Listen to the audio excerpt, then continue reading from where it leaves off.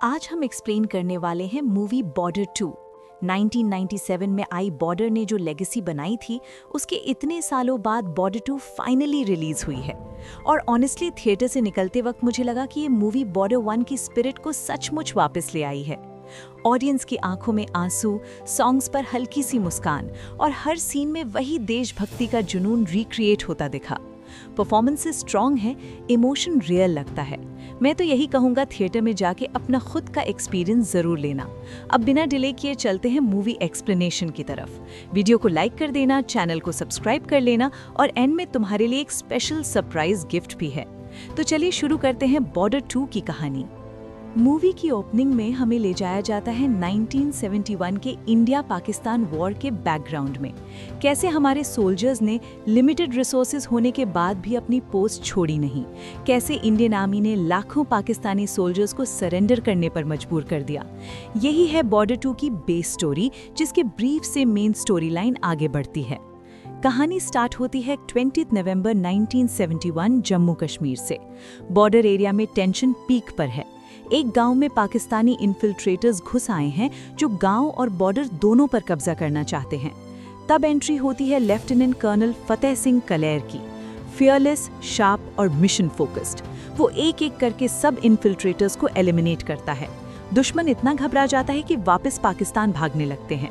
रास्ते में लैंडमाइंस बिछी होती हैं, पर फतेह सिंह बिना गन फायर के निहत्था उनका पीछा करता है, यहाँ तक कि उसका अपना पैर लैंडमाइन पर आ जाता है। फिर भी वो खड़े रहकर दुश्मन को खत्म करता है और उनकी बॉडी को माइन पर डाल देता है। खुद जिंदा लौटकर पाकिस्तान को वार्निंग देता है, अगर मेरे देश की तरफ आंख उठाई तो देखने के लिए आंख भी नहीं बचेगी।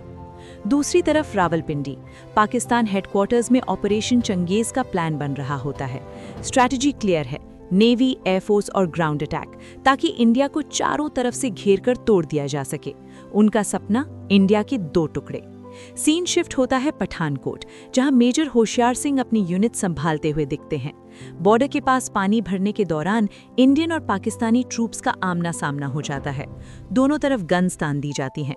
होशियार सिंह सिचुएशन हैंडल करते हैं और पाकिस्तानी सोल्जर्स को रिमाइंड करते हैं कि मेजर रैंक का रिस्पेक्ट हर आर्मी में सेम होता है। वो टैक्टिकल वार्निंग देते हैं, अगर तुम हम पर फायर करोगे तो हमारी बैकअप तुम्हें जिंदा नहीं छोड़ेगी। दुश्मन सल्यूट करके वापस चला जाता है, पर होशियार समझ चुका होता है वॉर अब दूर नहीं। फिर हमें दिखाया जाता है इंडियन एयरफोर्स श्रीनगर, जहां मेजर सुखोई सिंह एक फियरलेस फाइटर पायलट है। उसके बाद सीन शिफ्ट होता है नॉर्थ अरेबियन सी। इंडियन नेवी में लेफ्टिनेंट जोसेफ नरोना अपने रेडार पर डेंजर डिटेक्ट करता है। मतलब तीनों फोर्सेस, आर्मी, एयरफोर्स, नेवी, सब जगह टेंशन बिल्ड हो चुकी है। रात का सीन, होशियार सिंह की पोस्ट में सोल्जर्स मस्ती मजाक कर रहे हैं। होशियार अपने पुराने दिन याद करता है और एक फोटो देखता है जिसमें वो, सुखोई और जोसेफ एक साथ हैं। फ्लैशबैक में हम पहुंचते हैं 1961, नेशनल वॉर एकेडमी। तीनों एक ही बैच के कैडेट्स थे। फतेह सिंह उनका इंस्ट्रक्टर था। एकेडमी में कॉम्पिटिशन्स, डिसिप्लिन और ईगो क्लैशेस चलती रहती। होशियार और सुखोई हमेशा फर्स्ट आने के लिए लड़ते रहते, बीच में जोसेफ दोनों को बैलेंस करता। होशियार अकेला था, ना फैमिली ना सपोर्ट। उसके फादर आर्मी में शहीद हो चुके थे, माँ भी नहीं रही। एक दिन जोसेफ अपने घर कॉल करता है, माँ, बहन, वाइफ और बेटी से बात होती है। अगले दिन सुबह होशियार के बेड पर एक राखी मिलती है। सुखोई बताता है, आज से मेरी फैमिली तेरी फैमिली। तीनों गले लग जाते हैं, दोस्ती सॉलिड हो जाती है।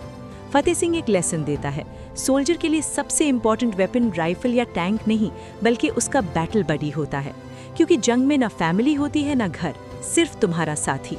फिर होशियार के घर से चिट्ठी आती है। सब शॉक हो जाते हैं, क्योंकि किसी को पता नहीं था कि उसकी भी शादी हुई थी। चाइल्डहुड मैरिज, बिछड़ गया था। अब वाइफ का मैसेज आता है, मिलने आओ। होशियार छुट्टी लेकर जाता है, पहली बार अपनी वाइफ को देखता है और इंस्टेंटली उससे प्यार हो जाता है। वाइफ माँ बाप की फोटो मांगती है आशीर्वाद के लिए। होशियार के पास बस अपने शहीद फादर की यूनिफॉर्म होती है। वाइफ उस यूनिफॉर्म को प्रणाम करती है, इमोशनल मोमेंट। होशियार प्रॉमिस करता है कभी हाथ नहीं छोड़ेगा। टाइम स्किप, वाइफ प्रेग्नेंट होती है। होशियार खुशी में अपने होने वाले बच्चे के लिए झूला बनाता है। राखी का फेस्टिवल आता है। सुखोई की बहन तीनों को राखी बांधती है, बातें चलती हैं शादी की। सुखोई की शादी भी फिक्स हो जाती है, फुल सेलिब्रेशन। पर रेडियो पर ब्रेकिंग न्यूज़ आती है, बॉर्डर पर अटैक स्टार्ट हो चुका है। सबकी लीव कैंसिल, सबको पोस्ट पर वापस बुला लिया जाता है। फतेह सिंह रिकॉन करते हुए देखता है विलेजर्स अपना गांव छोड़ रहे हैं। कहते हैं बॉर्डर पार से डेंजर बढ़ रहा है, हमारा गांव बीच में पिस जाएगा। पाकिस्तानी फोर्सेस गांव पर कब्जा कर चुकी हैं और कुछ इंडियन सोल्जर्स को मारकर वहां होल्ड बना लिया है। फतेह सिंह प्लान बनाता है, पहले रेडियो ऑपरेटर्स को एलिमिनेट करो, कम्युनिकेशन तोड़ो, फिर एरिया क्लियर करो और लैंडमाइन सेट करो। प्लान एग्जीक्यूट होता है। फतेह सिंह रेडियो उठाकर एनिमी को ब्लफ करता है, अब यहाँ इंडियन फोर्सेस हैं, अगर जान प्यारी है तो यहाँ से निकल जाओ। उधर से पाकिस्तानी कमांडर फतेह सिंह को टॉन्ट करता है, 1965 में मैंने तेरे बेटे को मरता देखा था। फ्लैशबैक, फतेह सिंह को अपने शहीद बेटे अंगद की याद आती है, गुरुद्वारे में खुशी की चिट्ठी और फिर शहीदी की खबर। प्रेजेंट में फतेह सिंह बोलता है, मैं 1 मिनट का साइलेंस रख रहा था क्योंकि अब तेरी मौत का टाइम आ गया है, कहकर पूरा एनिमी पोस्ट उड़ा देता है। अब चकपुरन विलेज इंडियन कंट्रोल में होता है, लैंडमाइंस रेडी, एम्बुश सेट। तीनों दोस्त अपनी अपनी फ्रंट्स पर जंग लड़ रहे हैं। एयरबेस पर पाकिस्तानी जेट्स अटैक करते हैं। सुखोई सिंह अपना जेट लेकर हाई रिस्क डॉग फाइट में घुस जाता है। वो एनिमीज को रोकता है पर खुद शहीद हो जाता है, एक फियरलेस वॉरियर की तरह। सी में लेफ्टिनेंट जोसेफ का नेवल शिप अटैक में आ जाता है। सबमरीन से बॉम्ब हिट, शिप में पानी भरने लगता है। जोसेफ क्रू को रेस्क्यू करने में लगा रहता है। तभी सोनार एक्टिवेट होता है, वो सबमरीन को डिटेक्ट करके काउंटर अटैक करता है। सबमरीन सरफेस पर आती है, जोसेफ फाइनल बॉम्बिंग करता है, एनिमी डिस्ट्रॉय हो जाता है। पर ब्लास्ट का इम्पैक्ट जोसेफ पर हेवी पड़ता है, पूरा शरीर इंजर्ड, पर वो लास्ट तक फाइट करता रहता है। पाकिस्तानी सबमरीन एकदम बर्बाद हो जाता है, पर इस जंग में हम देखते हैं कि जोसेफ शहीद हो जाता है और ये पूरी खबर देश के अलग अलग यूनिट्स में सर्कुलेट हो चुकी होती है कि हमारे बहुत सारे जवान शहीद हो गए हैं। इसी के साथ हम देखते हैं कि हर एक एरिया में पाकिस्तानी कब्जा करने की कोशिश कर रहे हैं और हम लोग भी डटकर उनका मुकाबला कर रहे हैं। फिर ये खबर सुनने के बाद होशियार सिंह का गुस्सा और ज्यादा बढ़ जाता है। उन्हें पता चलता है कि जरपाल एरिया में पाकिस्तानी अपना डेरा बसाए हुए हैं और धीरे धीरे हिंदुस्तान के बॉर्डर की तरफ बढ़ रहे हैं। अब उनके लिए गेम क्लियर था कि वो पाकिस्तान के अंदर जाकर सबको खत्म करेंगे और वहीं जाकर तिरंगा गाड़ेंगे। दूसरी तरफ हम देखते हैं कि 56 विलेज पर पाकिस्तानी हमला करना शुरू कर देते हैं और उस जगह फतेह सिंह की आर्मी डटी हुई होती है। फतेह सिंह खुद सबसे निपट रहे होते हैं और पूरा प्लान बनाया गया था कि टैंक अंदर आएंगे, पर टैंक अंदर नहीं आते क्योंकि पाकिस्तानी सोल्जर्स पहले ही देख चुके थे कि माइंस बिछाई जा रही हैं। दूसरी तरफ जरपाल एरिया में जब पाकिस्तानी आर्मी को पता चलता है कि सिर्फ 150 जवान उन्हें खत्म करने आ रहे हैं तो वो लोग हंस देते हैं क्योंकि उन्होंने पूरा चक्रव्यूह रच रखा होता है। पर होशियार सिंह इनसे नहीं डरता। वो अपनी टीम को ले जाता है और पूरा स्ट्रैटेजी समझाता है कि पहले LMG गनर्स को खत्म करना है जो धुआंधार फायरिंग करेंगे, फिर हम क्रॉल करते हुए जाएंगे, उनके ऊपर बम बरसाएंगे और नीचे उतरने के बाद चाकू से उनके सीने चीर देंगे। और वही होता है, दोनों तरफ के बहुत सारे जवान शहीद होते हैं, पर होशियार सिंह डटा रहता है। ग्रेनेड से एक LMG पोस्ट खत्म करता है पर खुद भी बहुत ज़्यादा इंजर्ड हो जाता है। उसके सारे दोस्त एक एक करके उसके सामने शहीद हो रहे होते हैं। उसे अपना घर, अपना बच्चा याद आता है, फिर भी वो डटकर अपनी वाइफ से यादों में कहता है कि मैं ज़रूर आऊँगा, या तो चल कर आऊँगा या तिरंगे में लिपट कर आऊँगा। कम तादाद में होते हुए भी होशियार सिंह और उसकी टुकड़ी पाकिस्तानियों पर भारी पड़ती है।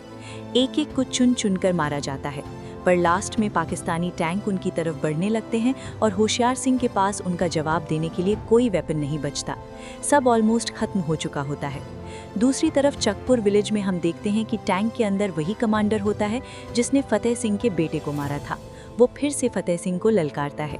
इस बार फतेह सिंह खुद ग्रेनेड लेकर आगे बढ़ता है, एक के बाद एक टैंक के नीचे ग्रेनेड रखकर उन्हें बर्बाद करता है।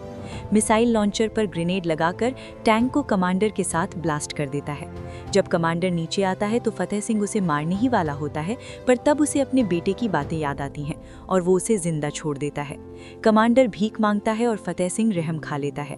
पर दूसरी तरफ जरपाल एरिया में जब टैंक बढ़ रहे होते हैं और फतेह सिंह को ये खबर मिलती है तो वो रॉकेट लॉन्चर और अपनी पूरी आर्मी के साथ वहां पहुंचता है। कमांडर की गर्दन धड़ से अलग कर देता है। तब होशियार सिंह मुस्कुराता है और कहता है, तुम एक मारोगे हम 1000 लाएंगे, तुम 1000 मारोगे हम पूरा हिंदुस्तान लाएंगे। और इसी के साथ पाकिस्तानी फोर्सेस को खड़ेर कर वापस भेज दिया जाता है। जरपाल एरिया में फिर से देश का तिरंगा लहराता है, सब सल्यूट करते हैं। बहुत सारे हमारे भाई शहीद होते हैं, उन्हें शहादत दी जाती है। होशियार सिंह अपने हर दोस्त के घर जाता है और सबके अंतिम संस्कार में शामिल होता है। और ये सीन इतना हार्ट टचिंग होता है कि हॉल में सब लोग रो रहे होते हैं।